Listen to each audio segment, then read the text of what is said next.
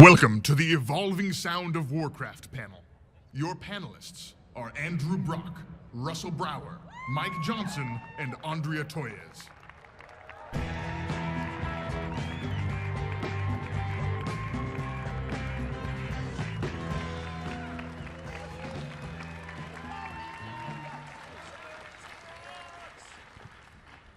Everyone, welcome to Azeroth 2013. I'm Russell Brower from Kurt Haven. I'm a little taller, maybe, than you expected. You play the game, come on. I'm Russell Brower. I'm the director of audio and one of the composers at Blizzard Entertainment.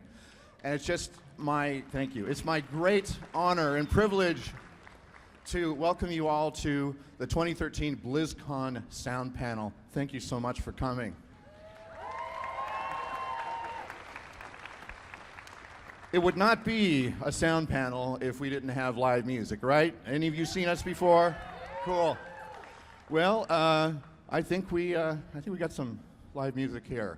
Now, some of you may know that some of your favorite pieces from World of Warcraft, to be politically correct, I'll say both Stormwind and Orgrimmar, were written by this gentleman right here, Jason Hayes.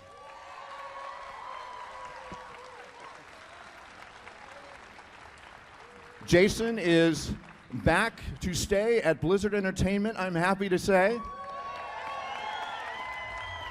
And he's brought a few friends with him in the form of the band Critical Hit.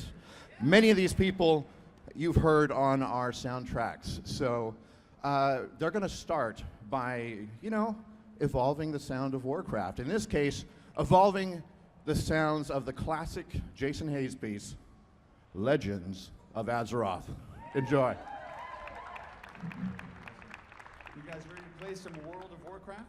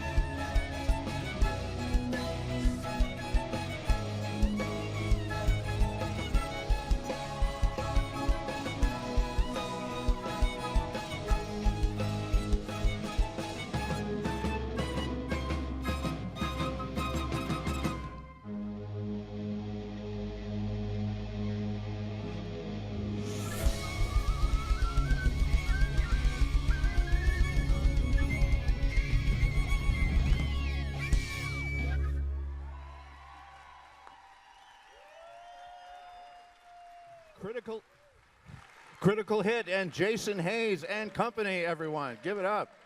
Wow. So we're going to have more of these fine folks playing at the very end. So just to give you a quick overview, we're going to talk about the evolving sound of Warcraft. And that would include Hearthstone. Yeah. And we will have some Q&A for a few minutes, and then, but we'll keep that a little on the tight side because I want to be sure that you hear these folks. They've got more for you. So welcome to the evolving sound of Warcraft. I said that already. To help me discuss this and share all this with you, I'd like to introduce our panel. First off, the supervising sound designer for the World of Warcraft. Please welcome the amazing Mr. Michael Johnson.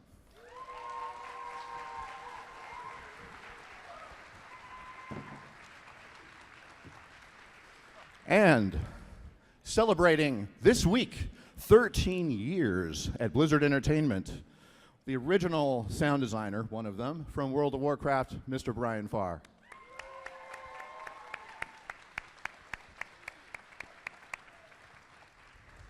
Also, our esteemed voiceover and casting director, Andrea Toyas.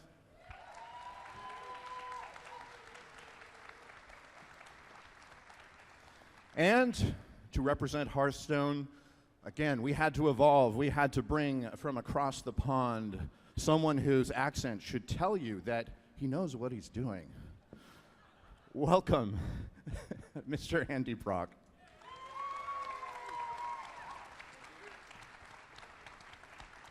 When you hear him speak, you will swoon. You two ladies. And finally, the composer from Hearthstone, Mr. Peter McConnell. Welcome.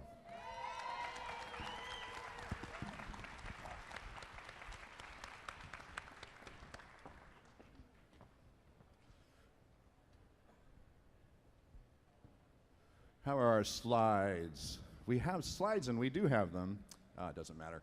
So, first off, we're going to talk about Warcraft. And I'm just going to spend a few moments on the music, because I'd rather have you hear music than talk about it. And so, there we go. We've got slides.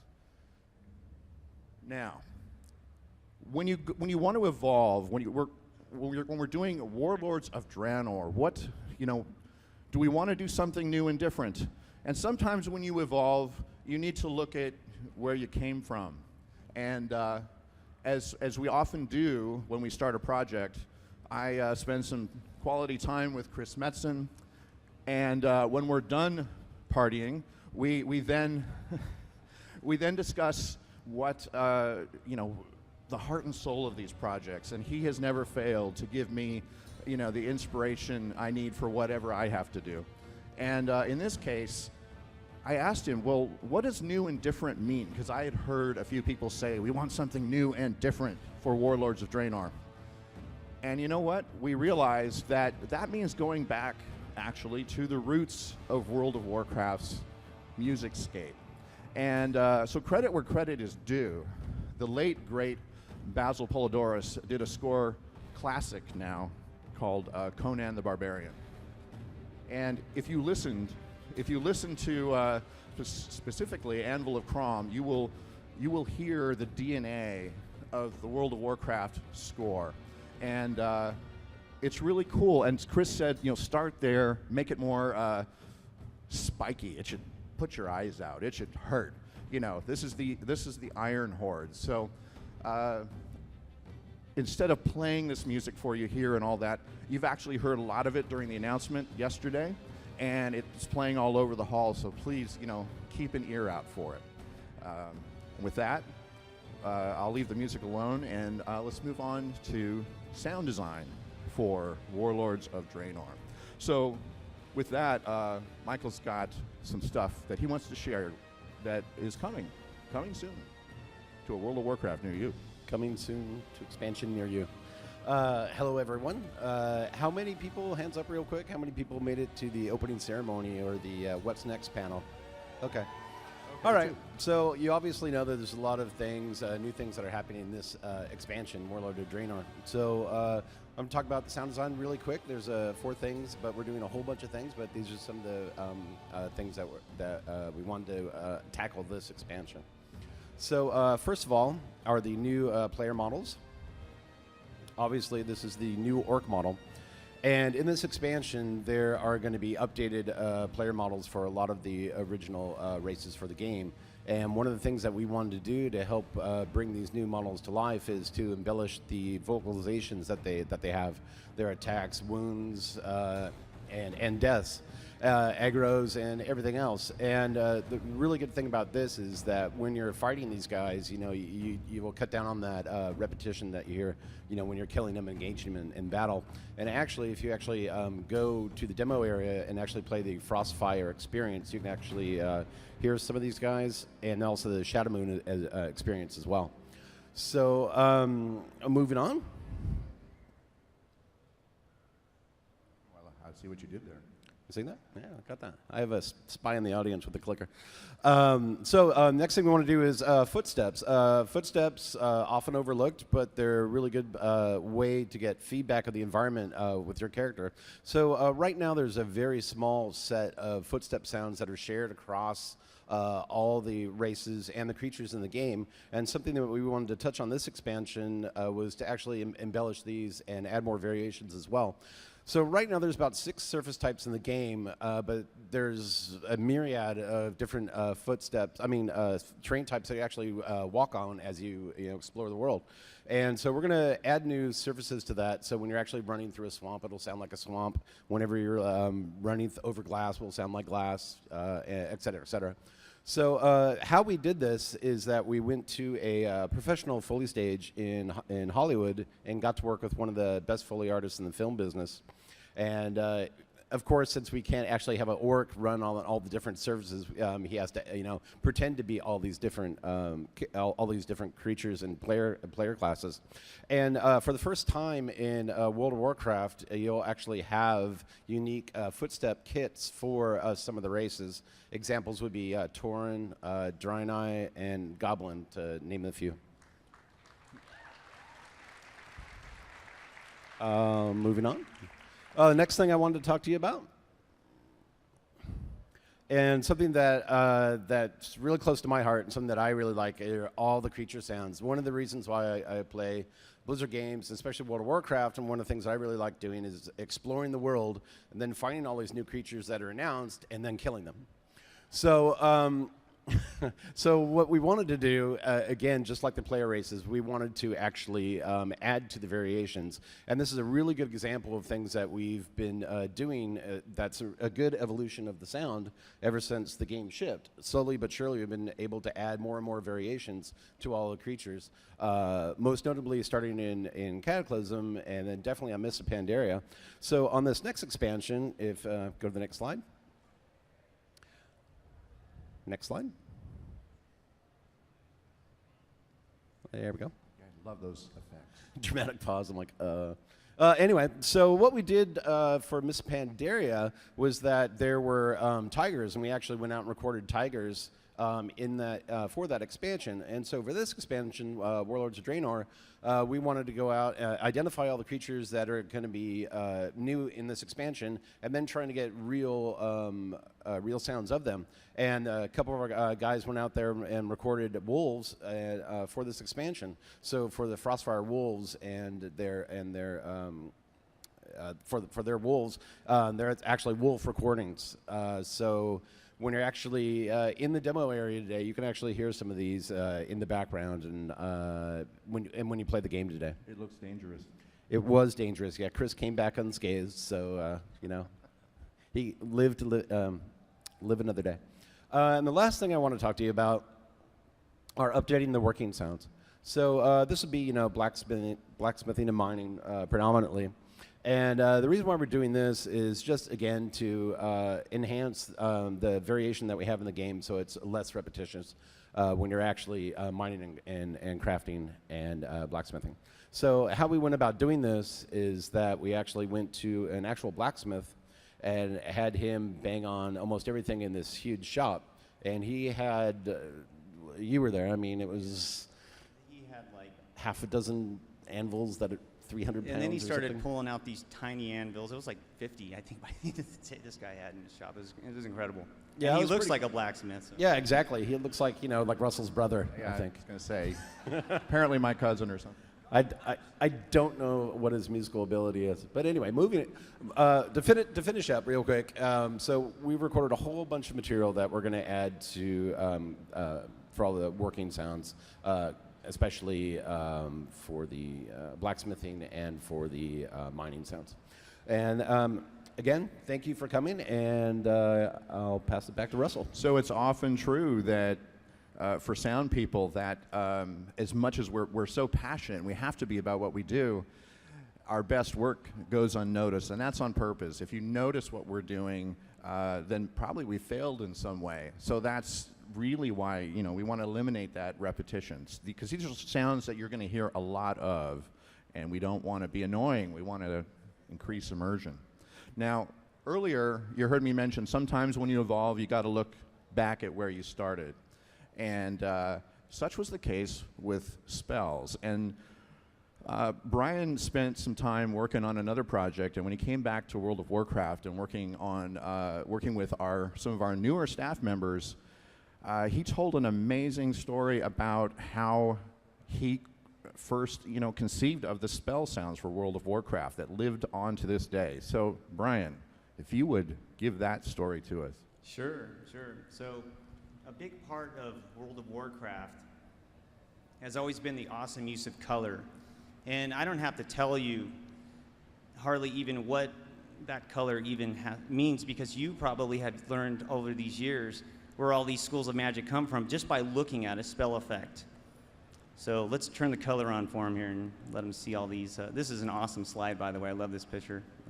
So if you guys all look up at the screen back here and over there, just by looking at this, I bet you all of you in this room who play WoW can probably identify what schools of magic each of these spells come from, even though they're not even captured in game, because of the use of color. This was something that we honed in on early on, and we knew we had to figure out a way to get our sounds to perfectly match.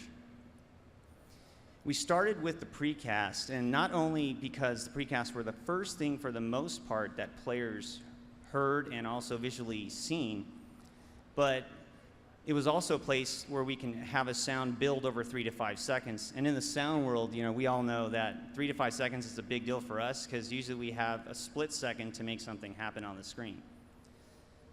We took a simple wind recording for the nature precast to start out, and what we did was we manipulated it and EQ'd it in a way and processed it where it almost sounded like a musical chord. And the reason for this was because music has a way of making you feel happy, sad, and you can remember it almost instantly. You can hear a song on the radio driving down the street and you've never heard it before, and it will make you can tell what the story is in the music. It's a lot harder to do that with sound design. So taking this approach where we were tuning the precast to sound like a musical chord, it would kind of give the player something to remember. And this was a huge part of how we brought these sounds in all the precasts that you hear today. And not only when we put them in the game did the sounds perfectly match to the colors we were seeing, players were also able to hear, even in the alpha, what was going on behind them and know what was happening all around in their surroundings. So when you're playing in a raid or whatever, that's why you can identify these things. We started with this musical chord idea. Once we had that foundation perfectly established, we were able to take that idea and put it into the missiles, into the impacts, into the cast that you hear. And even though we have evolved tremendously since the very beginning of this project, with new sound designers coming aboard and just doing amazing work, we've always had that foundation to go back to. And it's just been an awesome experience to see where it's gone. But you may not realize this, but over the last 12 years, we have history that goes all the way back 12 years of sound design in a single game. I don't know of any game that exists that actually has 12 years of sound design that goes all the way up from something you can hear in 2001 next to a sound that you can hear that we just released in the latest patch. So obviously we have our work totally cut out for us to not only evolve, but keep the history of the project going forward. So with that, of course, sometimes, you know, it's hard to obviously look through the, the dark portal or whatever, and not only look back in time, but look forward into the future and know what's going to stand the test of time and what isn't, you know, what does stand the test of time and what isn't going to stand the test of time. Which is a question I'm going to ask you guys. How many players out there have hunters? Okay, let's do that one more time really loud so the people watching live can hear you too. Again, hunters.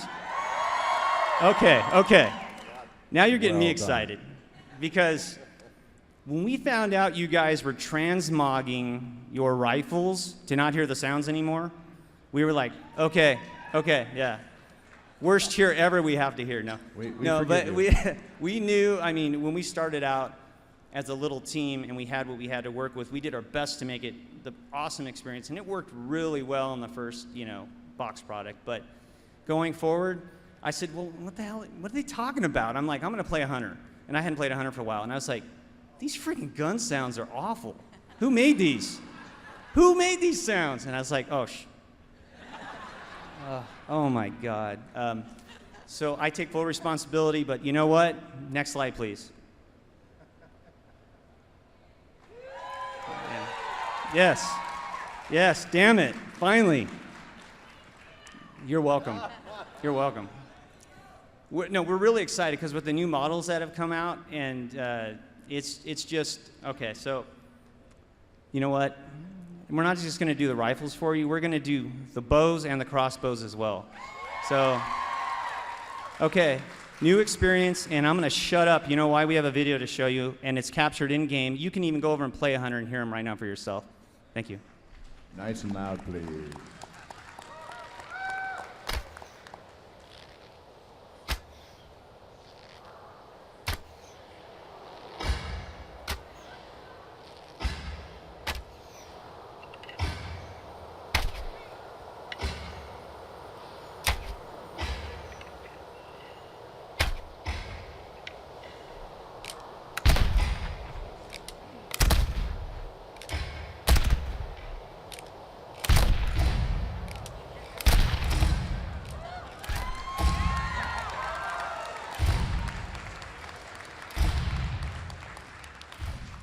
Take that.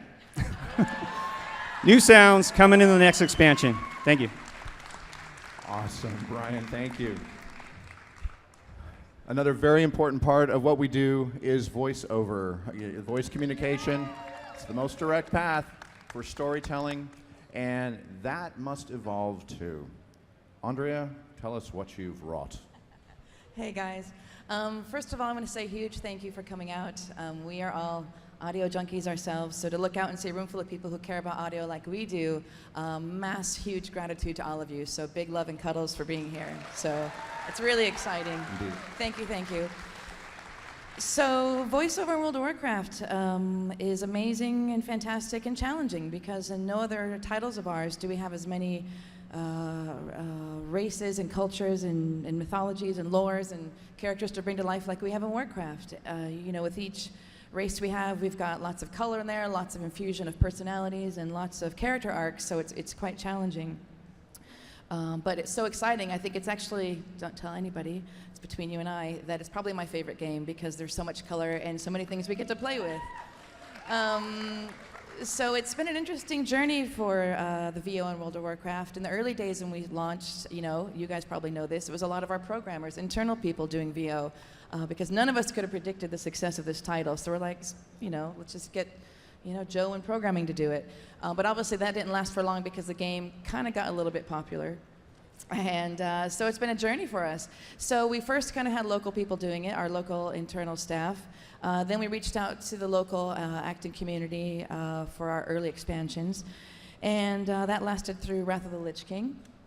And then by Cataclysm times, we wanted to mix it up a little bit. So I spent 2 months, as some of you might, if you heard the behind the scenes, spent 2 months in New York working with some Broadway stage actors to bring our, for example, Greymane royal family to life. Worked with some great, authentic New Yorkers for our wonderful goblins. I still love Trade Prince Scallywix so very much. He's a rock star. So it was really fun to evolve that way and go to New York and work with a whole new talent pool. But then Mr. Pandaria came, and that was a huge cornerstone for us because we actually signed on with the Screen Actors Guild.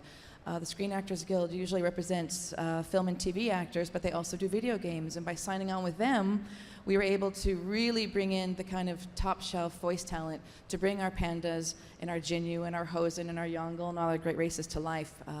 I think that was particularly important because the mythology and characters in the world of Pandaria I'm so deeply in love with. So to find a good Chen Storm Stout, for example, was particularly exciting.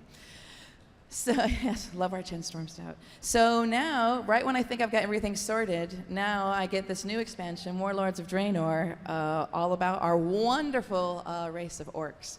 But they are so goddamn hard to cast because you've got to find that voice, and you've got to find people who can act with that voice. And so I'm excited because I always love a challenge, and I always love bringing new clans and so forth to life in World of Warcraft. But it's going to be an interesting. I'm going to be looking under every nook and cranny, probably nationally, possibly even globally, to find just the right orcs to bring our new interesting characters to life.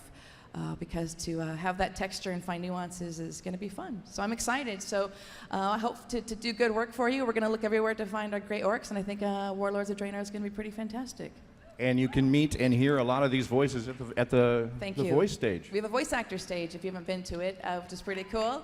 So we've got a bunch of cool stuff happening today, so please come by and say hi. We'd love to cuddle you. Right? Here we go. And thank you, Andrea. We obviously, it's hard to talk about sound, and I would love to play you more, but again, it's all out there in the demos. So please, check it out, because in context is the best way. So please be sure and check that out. Quick, before we go to Hearthstone, a quick commercial break. We have released 2 new BlizzCon exclusive CDs, and they're at the store. The first one is Mist of Pandaria, Volume 2. Check it out. And StarCraft, Heart of the Swarm, Volume 2. And you can only get these here at BlizzCon, so please check them out. Now, thank you. So, Hearthstone. This is worthy of its own slide, for one thing. The Hearthstone team approached us early on with this project, and it was so different from anything else we had ever done. It posed a lot of challenges, especially given the notion that, we should mention, Andy Brock has his own card. Are those your superpowers? Hi everyone. I just want to say that card is actually hiding a fair few very talented sound guys and musicians and voice actors. It's not just me. It wasn't a solo effort. We, they told us, it's our first free-to-play, it's our first casual game, it's going to be on mobile, and but we love what you do. They tell us we love all the music you do for Warcraft. We love the sound design. It's epic, it's bold, it's awesome, and we want none of that in our game. So what are we to do? Well, that's what these gentlemen are going to help us suss out here, because it was quite a challenge. It's like, we have to ask ourselves, what's the role of sound in the game? It's definitely the same Warcraft universe, but they're clearly asking us for a different vibe. Would you say? That's right, Russell. Yeah, it was. It's really. The game takes place in a tavern in Azeroth, and it can be any tavern. And they really wanted this kind of comfortable, friendly, good-natured vibe of just playing a board game, and putting all the Horde versus Alliance rivalry to one side. So it's kind of like an armistice. Right. So I mean, you can play as an Alliance, but have Horde minions, which is, either way you turn that up, that's kind of awesome, right? Like the other side is your slaves. It's awesome. It's really strange because you can play as Uther as a paladin, but you have like a Frostwolf Grunt or Murlocs, which is so. It's really about the actual tokens themselves as game pieces.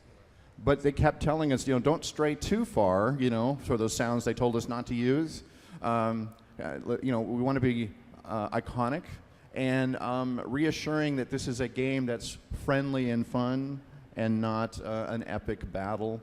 So I think at some point we realized music would help us out with that a lot. So we needed help because we do epic, we do bold, we do that well.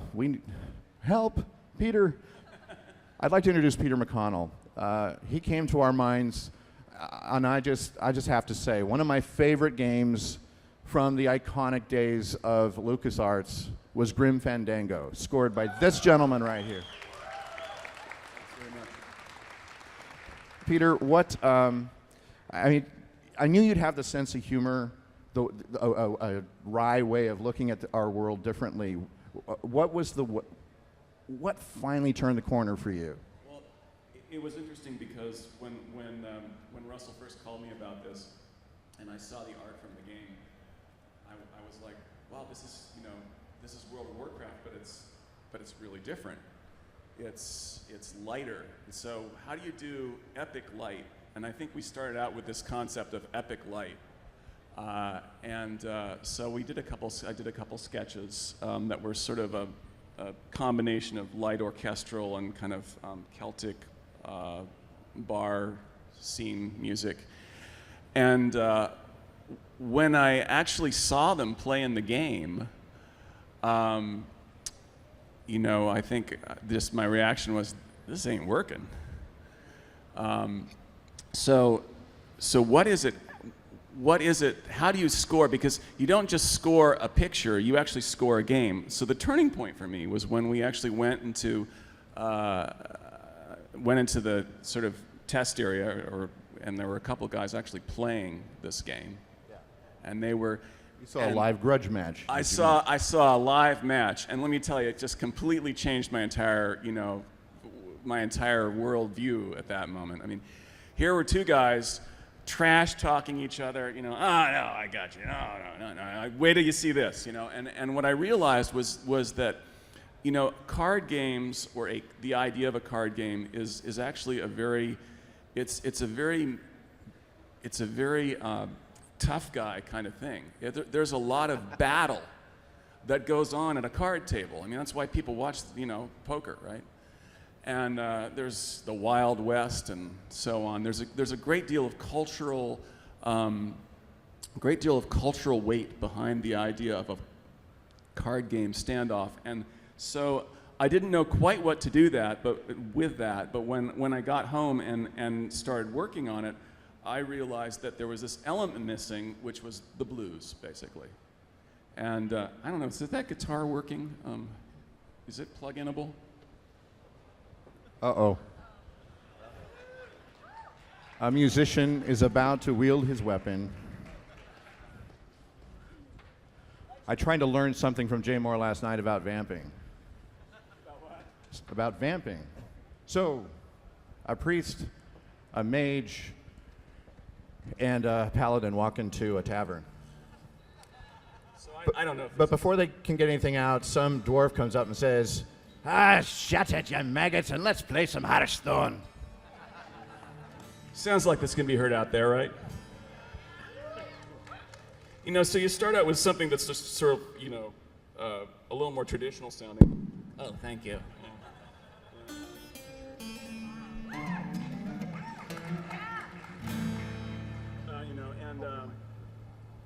I've been screwing that riff up all morning. But then there's this element after that of just the groove, right?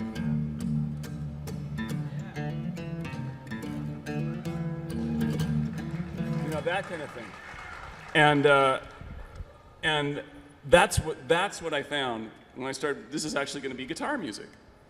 So that the whole shift changed from being like a sort of a small orchestra thing, or maybe maybe a little bit of a pub band sound, to really being a pub band with a cranking guitar, and then sort of a lot of winds that we brought in, a contrabassoon, and I mean, I could go on and on about this, but. So we have live players to keep it human feeling. Exactly. You know, just because it's a casual game doesn't mean it's automatically, okay, let's just go synth. Right, and we recorded some wonderful players, bassoon, contrabassoon, bass clarinet, and clarinet, along with the guitar, and it just gave it that sort of ancient sound of having these low winds with the guitar, and you know, just live people cranking away. So, with all of this, Andy, what's in the box? Because, you know, it looks like a game box. Yeah, use that mic or else there. What's in the which box? Oh, right. Yeah. It looks like a box. We have, I think, you know, we realize this is less about literal card sounds, although we do need tactile audio feedback and all of that. We do have epic moments. How does it play out in this game? Well, we really focused on making it a very chilled out sounding game, you know, because you could be playing the game and thinking, and it's about strategy. It's not about all out action. So we made sure that the basic mood in the tavern, you know, was like very, very chilled out. But then when really big events happen, like when you play, you know, Deathwing, or if you obliterate a large number of cards, you know, that the crowd react accordingly, and there's like a musical stinger, you know, it's a moment. It really jumps out at you. And so far, you know, the feedback in the forums and in our test have been really, really good, you know, really positive for that. And you can play this out on the floor, so please check it out. We'll have a final thought here in a second, but I just wanted to say, because I want to be sure when we get the band in, if you have some questions, please feel free to queue up in the usual spots, and we'll do that in just a moment. So finally, Andy, is there, in working on this, is there anything that can give us examples of something that did not work? Oh yeah. Initially, back in the alpha, we had the idea of having the crowd laugh at you when you lost, which was about as popular as a lead Zeppelin leaving Orgrimmar. We had reports. I think Jay Wilson was angry. Don't overinflate that Zeppelin joke. With you know, so Jay's hot air.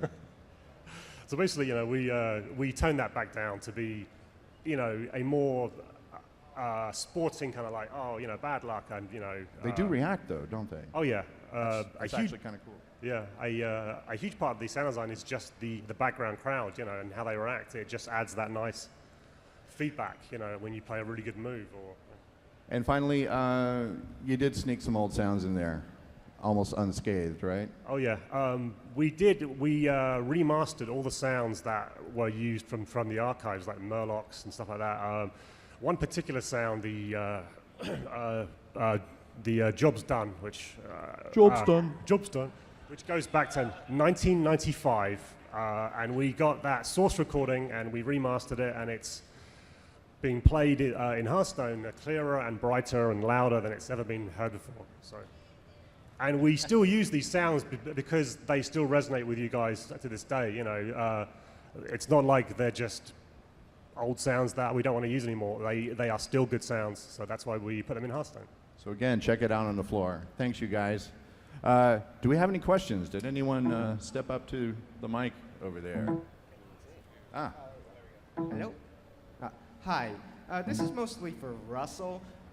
My question is, throughout the expansions, I felt that the music has gotten, you know, way more thematic and melodic.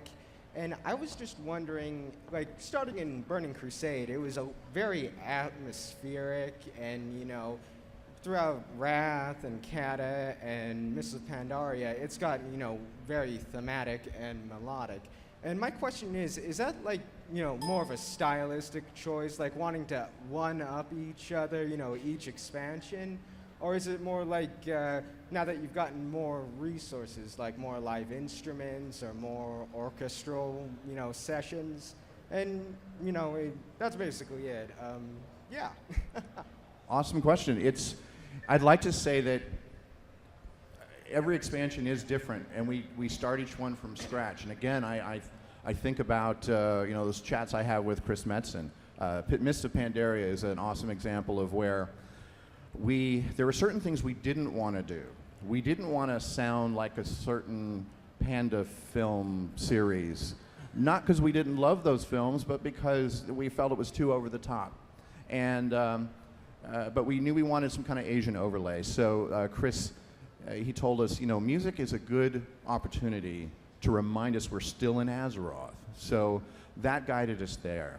And so I'd say the art guides us. Certainly, as WoW is successful, we put that money back into the game and hire more of these wonderful folks. Thank you. So my question is more in regards to voiceovers. When you're building an expansion, I know that you get the sneak peek of what the dialogue is. At what point in the expansion are you getting 5.4 voices done compared to building 5.0 voices? I'm not sure I understand the question. So at what point are we thinking about the Yes. So the patch VO versus expansion VO? yes. At what point are you getting the dialogue all at once and you're building 5.0 to 5.0? Oh, I see. I wish we did. That's another challenge. World of Warcraft is so different in the fact, you know, when we do Diablo or StarCraft, we do kind of all the VO in one fell swoop. But with WoW, we don't. We work on the expansion, that we finish that storyline, and then all these smaller storylines come up, and quite often they're quite different than our initial expansion. A whole new section, a whole new area, a whole new voice kit. So it's really, we kind of learn as we go, and I think once our expansion hits, we realize what's successful and kind of work on that area and bring that out in the expansions. So it's not all in one go. We kind of take it piece by piece and see how people respond and what we're going to do. Does that answer your question? Kind of? Okay. Thank you. We have time for one or two more, because I definitely want to hear this band. Who do we have? Hi. Huge fan of the music. It's so amazing. I love the orchestral stuff. So my question is, what is the biggest orchestra you've actually recorded? And also, when you're not using an orchestra, what kind of sound libraries do you use, if you even need that? Sound what? Sound libraries. Libraries. You know, I'll just say I'll have Mike address the libraries. I guess the biggest orchestra we probably used was for Diablo 3, the initial release. It was our local family of musicians, the Pacific Symphony. What an amazing group. Recorded in a giant hall, the Segerstrom Hall. And there's no other way to get a sound like that. So it was really special. Mike, real quick on the libraries, and we will hear the band. You know, the usual ones, Sound Ideas, Hollywood Edge. There's, again, so many that are out there. But there's a caveat. A lot of boom we library don't want too. we don't want to recognize them, right? Oh, yeah, it's true. I mean, they're just building blocks. I mean, it's like in a piece of stone, and we chisel what we want out via EQs and processing. And then our big thing, mostly in these new expansions, is going out and recording as much new material as we can. I want to, if you have any other questions, please come up after, probably over here to the side, and we will absolutely answer your questions. So thank you. Thanks for attending. I want to turn it back over to Jason Hayes and his amazing band, Critical Hit, and they're going to start off with our very own Peter McConnell's Hearthstone, Heroes of Warcraft, main title, although decidedly progressive and rockin'. This is not how it appears in the game, but it's going to be very cool. Take it, you guys. No.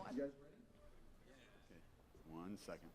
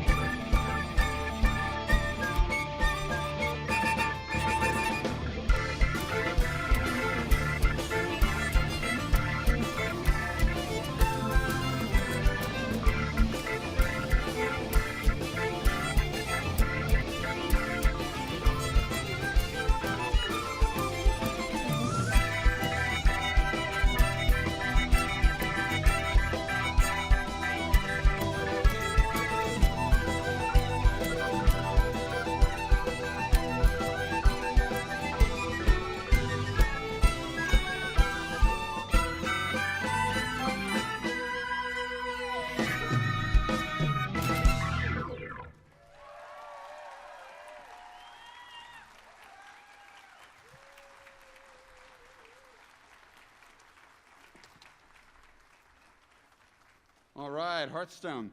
So next we have something really special planned. This is from the world of Diablo.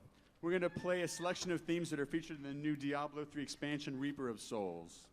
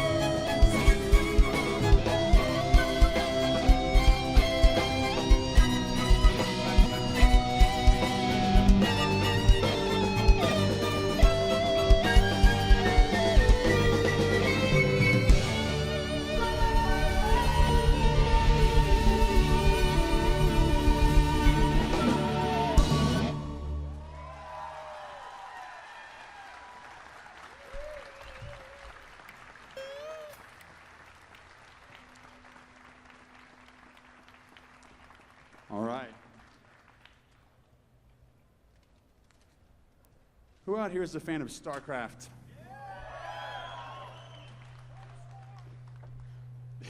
We're going to play the Terran music from Wings of Liberty. Let's do it.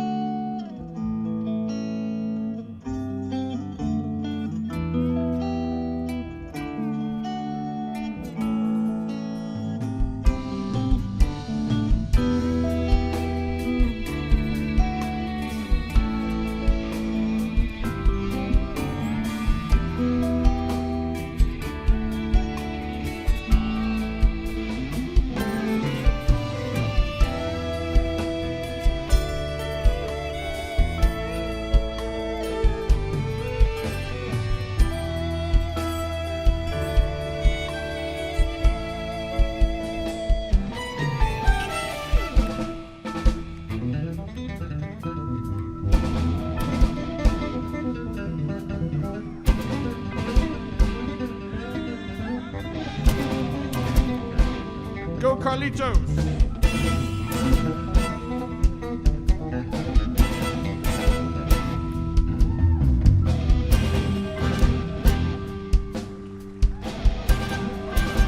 All right, let's go!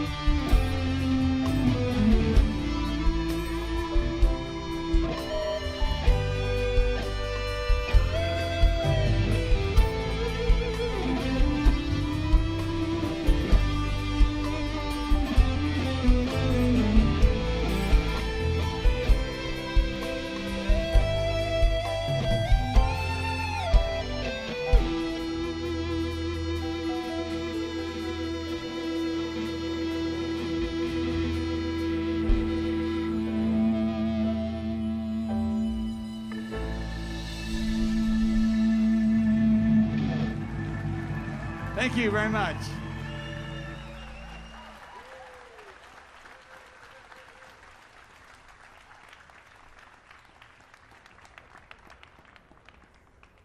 We got something to rock for the last one here. This is a theme that represents the might and the glory of the world of Warcraft and Azeroth. This one's called A Call to Arms.